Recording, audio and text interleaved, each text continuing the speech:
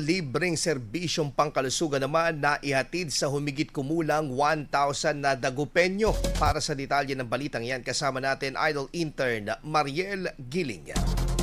104.7 IFM Report.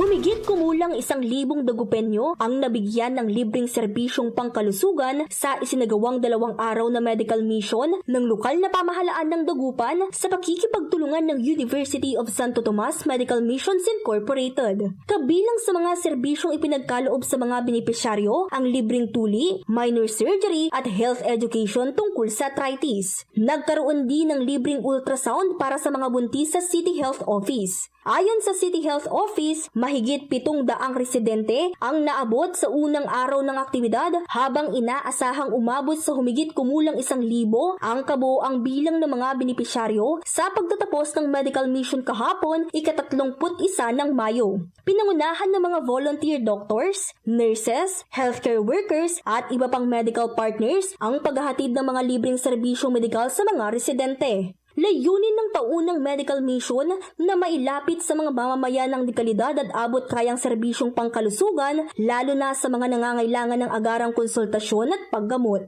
Ayon sa pamahalaang lungsod, bahagi ito ng patuloy na pagsisikap na mamatili ang isang malusog, mas ligtas at mas matatag na komunidad para sa mga dagupenyo. Kasama mo mula rito sa IFM Dagupan, ako si Idol Intern Mariela Giling. Tatak IFM! IFM News. IFM News. IFM News.